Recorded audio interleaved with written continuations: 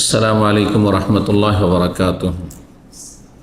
বিসমিল্লাহির রহমানির রহিম। আলহামদুলিল্লাহ ওয়াসসালাতু ওয়াসসালামু আলা রাসূলিল্লাহ ওয়া আলা আলিহি ওয়া সাহবিহি আজমাইন ওয়া বাদ। সম্মানিত শ্রোতা দর্শক মণ্ডলী, আল্লাহ রাব্বুল আলামিনের প্রশংসা এবং প্রিয় নবী সাল্লাল্লাহু আলাইহি সাল্লামের উপর সালাত ও সালামের পর আজ সোমবার 4 জিলহিজ্জা 1445 হিজরি মোতাবেক 10 জুন 2024। আমাদের সামনে রয়েছে 10টি প্রশ্ন, বিভিন্ন দেশ থেকে আসা। আমরা এগুলির উত্তর দেওয়ার চেষ্টা করব। আল্লাহ রাব্বুল আলামিন যেন সঠিক কথা বলার তৌফিক দান করেন।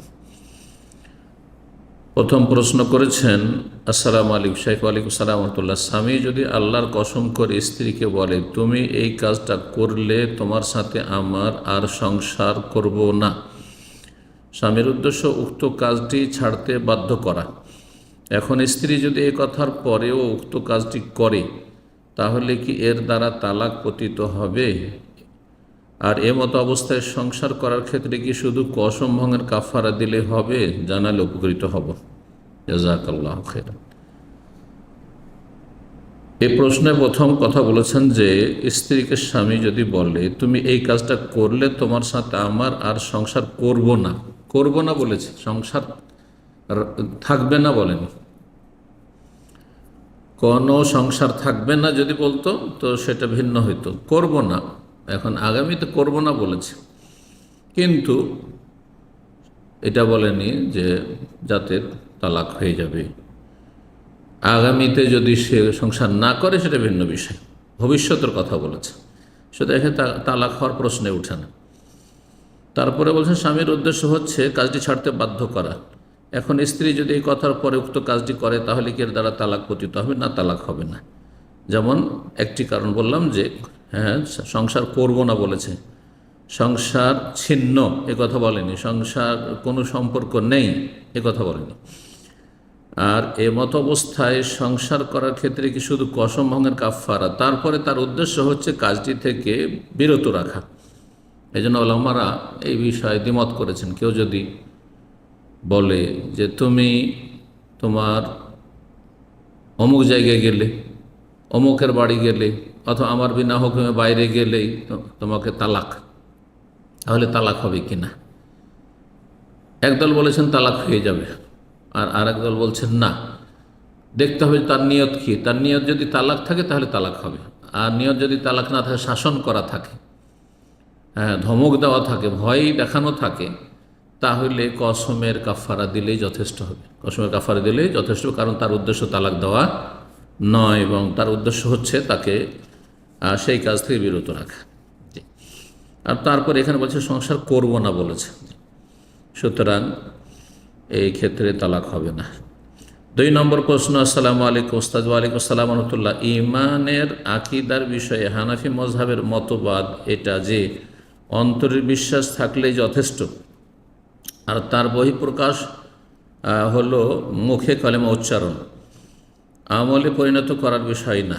জি হ্যাঁ, কথা ঠিক অবশ্য, কিন্তু তারপরও তাদের কাছে আমলের গুরুত্ব রয়েছে, কিন্তু আমলটি তাদের ইমানের সংজ্ঞার অন্তর্ভুক্ত নয়। অর্থাৎ তারা ইমানকে বলছে যে ইমান শুধু একটি বিষয়ের নাম, সেটা হচ্ছে তাসদীক, বিশ্বাস করা।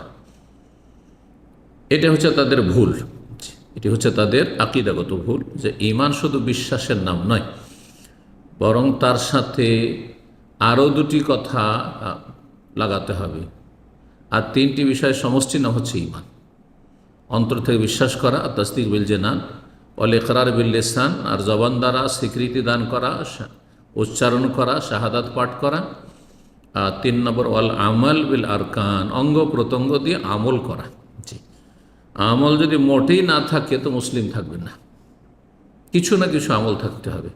সর্বনিম্ন আমল, যারা বলছেন বেনামাজি বড় কাফের, 5 ওয়াক্ত সালাত কমপক্ষে থাকতে হবে। কিন্তু তারা বলছেন যে আমল ইমানের সংজ্ঞার ভিতরে শামিল নয়, এটি তাদের ভুল। বাকি অধিকাংশ আহলে সুন্নাত ওয়াল জামাতের আইম্মায়ে কেরামগণ তারা বলছেন ইমান 3টি বিষয়ের নাম, সেটি তাদের ভুল। আল্লাহ সংশোধনের তৌফিক দান করুন, কারো অন্ধ তকলিদ জায়েজ নয়।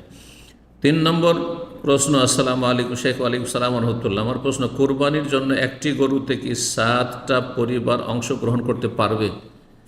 একটি গরু তে 7 জন তো অংশ নিতে পারবে, এতে কোনো সন্দেহ নেই।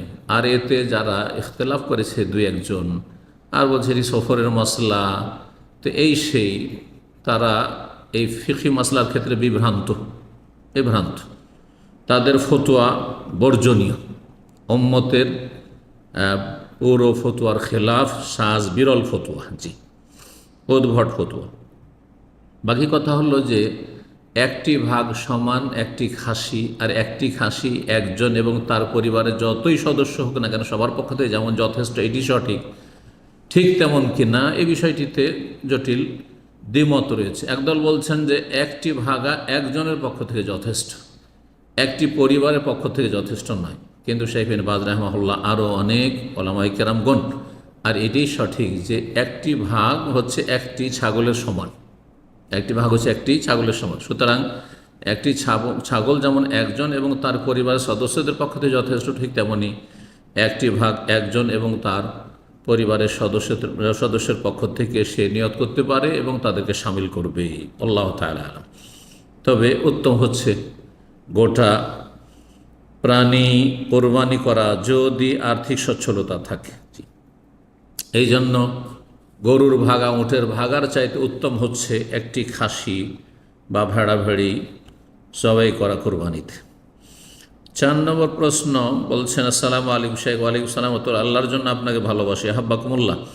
আমি আপনার দিনী বোন, অনুগ্রহপূর্বক জানিয়ে দিয়ে দুনিয়া এবং আখেরাতের জন্য আমাকে উপকৃত করুন।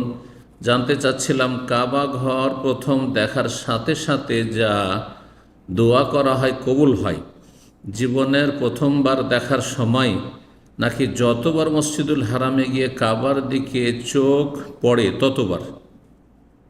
প্রথম কথা, এই মর্মে যে হাদিসটি রয়েছে হাদিস সহিহ নয়। জীবনে প্রথমবার কাবা দেখছেন তাতে সব গুনাহ মাফ হয়ে যাবে বা দোয়া করবেন সেই দোয়া কবুল হবে কাবা ঘর দেখার সময়, অথবা যতবার ঢুকবেন, কোনোটাই সহিহ নয়। এই মর্মে যে হাদিসটি রয়েছে, আল্লামা আলবানী রাহিমাহুল্লাহ জয়ীফ জাল সিরিজের 3410 নম্বর হাদিস, তাতে বলেছেন জয়ীফুন জিদ্দান, অত্যন্ত দুর্বল, মানে জালের কাছাকাছি, অত্যন্ত দুর্বল। হাদিসটি তাবারানীতে রয়েছে, বাইহাকিতে রয়েছে, হাদিস মোটি সহিহ নয়। সুতরাং কাবা ঘরে নজর পড়লে গুনাহ মাফ, বা যখন নজর পড়বে তখন দোয়া করলে কবুল হয়, এই বিষয়টি সাব্যস্ত নয়, ভিত্তিহীন। 5 নম্বর প্রশ্ন বলছেন, আসসালামু আলাইকুম শেখ। ওয়ালাইকুম আসসালাম। আমার বোন দেশে থাকে, বিভিন্ন সময় আবেগ আপ্লুত হয়ে নিজ স্বামী আর শ্বশুর বাড়ির দোষ ত্রুটি অবহেলা আমার নিকট বর্ণনা করে। আমি সবরের উপদেশ দিই, এসব আমাকে বলার কারণে আমার বোনের কি গীবতের গুনাহ হবে? হ্যাঁ, তারও গীবতের গুনাহ হবে, আপনারও গীবতের গুনাহ হবে, যদি উদ্দেশ্য এটা না থাকে যে এর মাধ্যমে একটা সমাধান হোক, অর্থাৎ যার কাছে সমাধান পাওয়া যাবে তাকে বলা যাবে যে আমার স্বামী আমাকে মারধর করছে, আমার স্বামী জুলুম করছে, অথবা আমার শ্বশুর শাশুড়ি এই অন্যায় অত্যাচার করছে, বা এদের মধ্যে এই দোষগুলি রয়েছে, অবিচার করছে ইত্যাদি। এগুলি কাকে বলতে পারবেন? বিচার চাওয়ার জন্য, বিচার চাওয়ার জন্য।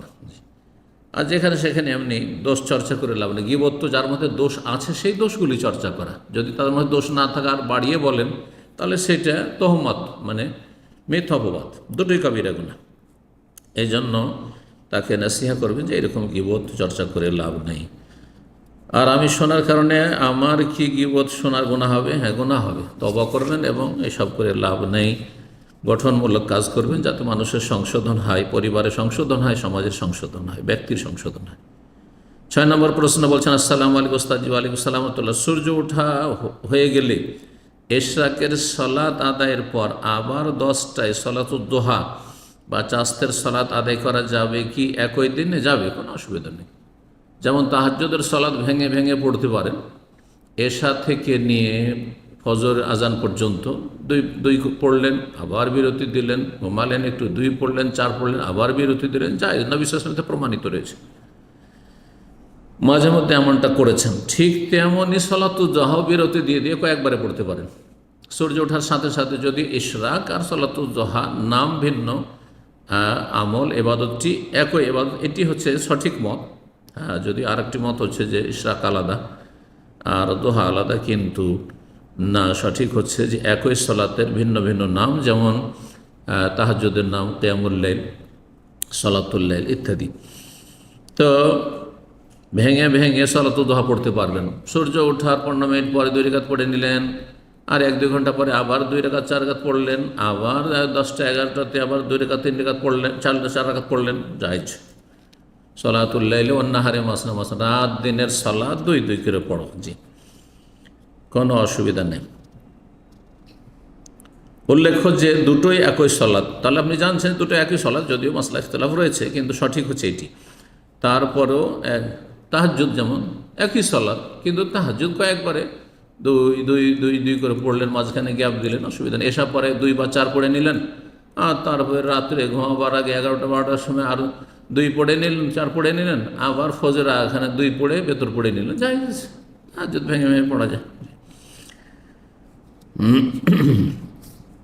7 নম্বর প্রশ্ন বলছেন, আসসালামু আলাইকুম শাইখ। ওয়ালাইকুম সালাতুল্লাহ। আমি যখন সালাত আদায় করছিলাম তখন তাশাহুদের বৈঠকে আঙুল নাড়াচ্ছিলাম, ঠিক সেই মুহূর্তে আমার মেয়ে বয়স 8 মাস আমার আঙুলটাকে চেপে ধরেছিল, এজন্য আমার হাসি পেয়ে যায়, এই কারণে কি আমার সালাত ভঙ্গ হবে, জানাবেন।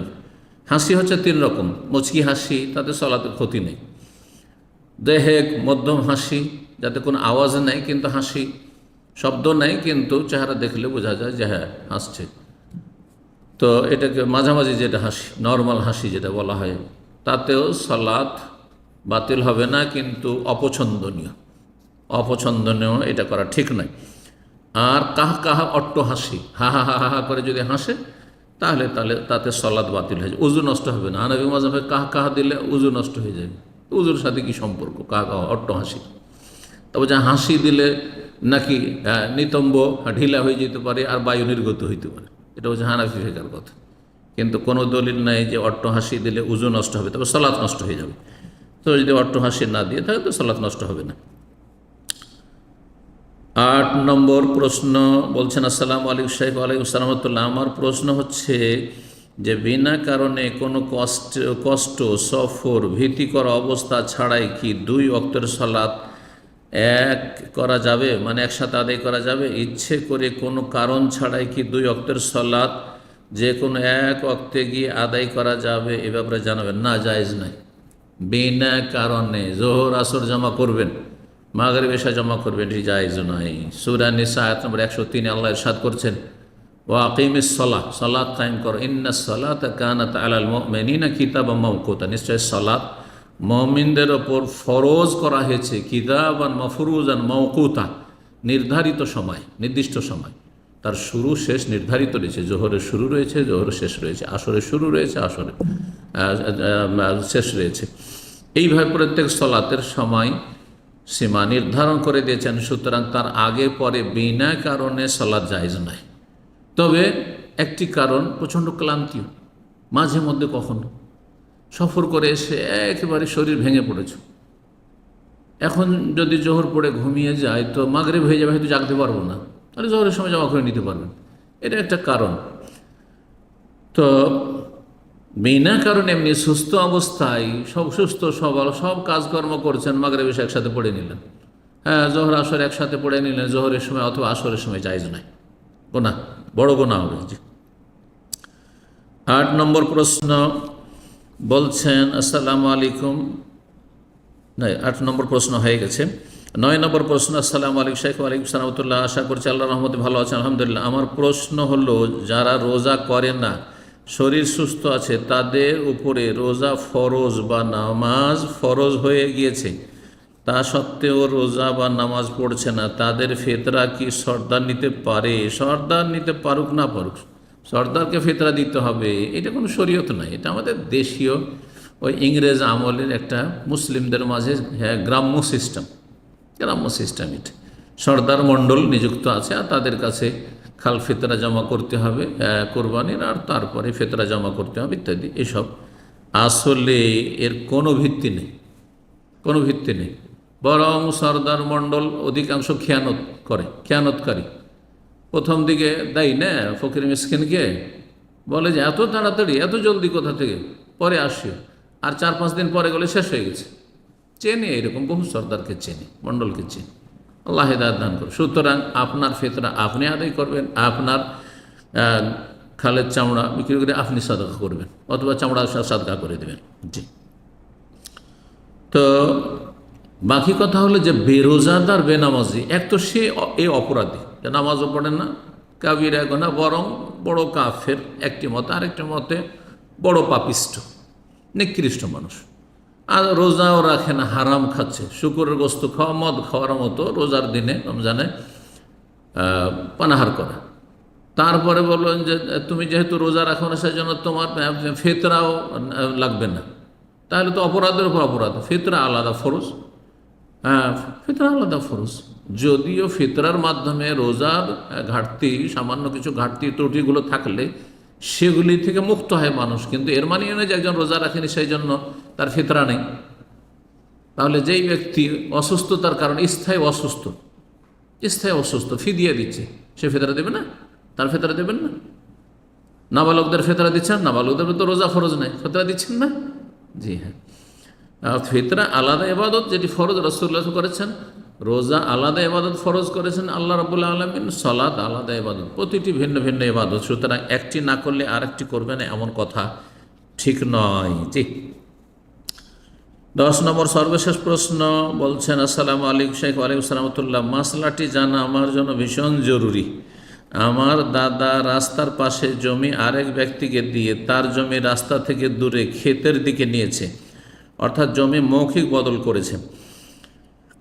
কোনো কাগজপত্র দলিল হয়নি, একই দাগের জমিন। কারণবশত তখন রাস্তার পাশের জমিতে ধান হতো না, ধান গরু খেয়ে ফেলতো। এখন বর্তমান রাস্তার পাশের জমির অনেক মূল্য, ওয়ারিশ সূত্রে জমির মালিক এখন আমরা চাচ্ছি আবার রাস্তার পাশের জমি নিতে। বর্তমানে যেখানে দখলে আছি সেটা ছেড়ে দিতে। উল্লেখিত আমার দাদা মারা গেছে, যার সাথে জমি বদল করেছে সেও মারা গেছে, এখন তার ছেলে আছে। এখন তার ছেলে বলতেছে যদি দলিল দেখি আমরা জমি নিতে পারি তাহলে নিতাম। এখন আমাদের কাছে দলিল আছে, এখন আমাদের জন্য নেওয়া জায়েজ হবে কি না? মোটেই জায়েজ নয়। আল মুসলিমুন আলা শুরুতে। আপনার দাদা তার দাদার সাথে, তার বাপের সাথে চুক্তি করেছে যে আমাদের এই জমি রেওয়াজ ফের হয়ে গেল, মানে অদল বদল হয়ে গেল। তখন মাঠের জমির বেশি মূল্য ছিল, ফসল সুন্দর হইতো, আর রাস্তার পাশের জমি চড়ে যেত। তো আপনার দাদা নিজের সুবিধার জন্য নিয়েছে, আর এখন রাস্তার পাশের জমির দাম বেড়ে গেছে, সেজন্য আপনার সুবিধাবাদী, হারাম খাওয়া আপনাদের হবে, কাবিরা গুনাহ হবে, বেঈমানি করা হবে। জি, বান্দার হক নষ্ট করা হয়, মোটেই জায়েজ নয়। যেই ওয়াদা আপনার দাদা করেছে সেই ওয়াদা পূরণ করতে হবে। হ্যাঁ, স্বেচ্ছায় যদি ছেড়ে দেয় সেটা আলাদা কথা। আর সে হয়তো ভাবছে যে দলিল হয়তো নেই আপনাদের কাছে, সেজন্য বলছে দলিল দেখালে ছেড়ে দেবো। আসলে কেউ ছাড়বে না, তার লাভের জিনিস। জি।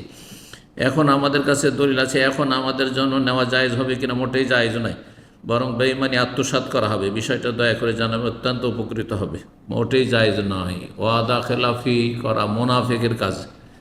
এবং আল্লাহ বলছি ইয়া আইয়ুহাল্লাযিনা আমানু বিল আউফু বিল উকুদ, সূরা মায়েদার প্রথম আয়াত। ইয়া আইয়ুহাল্লাযিনা আমানু, ঈমানদারগণ, আউফু বিল উকুদ, তোমরা চুক্তি পূর্ণ করো, চুক্তিতে আবদ্ধ থাকো, অটল থাকতে হবে। আমার লাভ হোক আর লস হোক। একমাত্র স্বেচ্ছায় কেউ দিয়ে দেয় সেটা ভিন্ন বিষয়। যে দেখো আমার রাস্তার পাশেরটা তোমার বাপ দাদারই ছিল, নিয়ে নাও, ওই মাটিরটা আমাদের দিয়ে দাও, সেটা ভিন্ন বিষয়। কেউ যদি সন্তুষ্টি চিত্তে নিজের কোনো কিছু দিয়ে দেয় কাউকে, যেমন যায় ঠিক তেমনই, কিন্তু সেটা আপনাদের নয়। যদিও সেটা রেজিস্ট্রি হয়নি, দলিল হয়নি। এটা তো এই জন্য করা হয়েছে মানুষ বেঈমানি করে, সেই জন্য। প্রাচীন যুগে জমি কেনা বেচা হয়তো কোন কাগজপত্র হইতো? নবী সাল্লাল্লাহু আলাইহি ওয়াসাল্লাম আর সাহাবায়ে কেরাম আমলে জমি জায়গার কাগজপত্র হইতো, জমি বিক্রি করা, কেনা বেচা না, কিছু হইতো না। আমাদের জামানে আমরা বিয়ে শাদী করেছি, বিয়ের জন্য কাগজপত্র হইতো? হ্যাঁ, আকদে নিকাহ হইতো? কিছু না, মৌখিক বিয়ে, সব মৌখিক বিয়ে। তো কথা হচ্ছে আজকাল কেন এই কাগজপত্র করতে হচ্ছে? কারণ মৌখিক বিয়ে করে বেঈমানি করতে পারে। জি, আল্লাহ রাব্বুল আলামিন ওয়াদা পূরণে তৌফিক দান করুন, মুনাফিকি থেকে বাঁচিয়ে রাখুন এবং হারাম খাওয়া থেকে বাঁচিয়ে রাখুন, এবং সবাইকে দিনের ওপর টিকিয়ে রাখুন, হালালে বরকত দান করুন। সাল্লাল্লাহু সাল্লাম নবিয়িনা মুহাম্মদ ওয়া আলা আলিহি ওয়া সাহবিহি আজমাইন।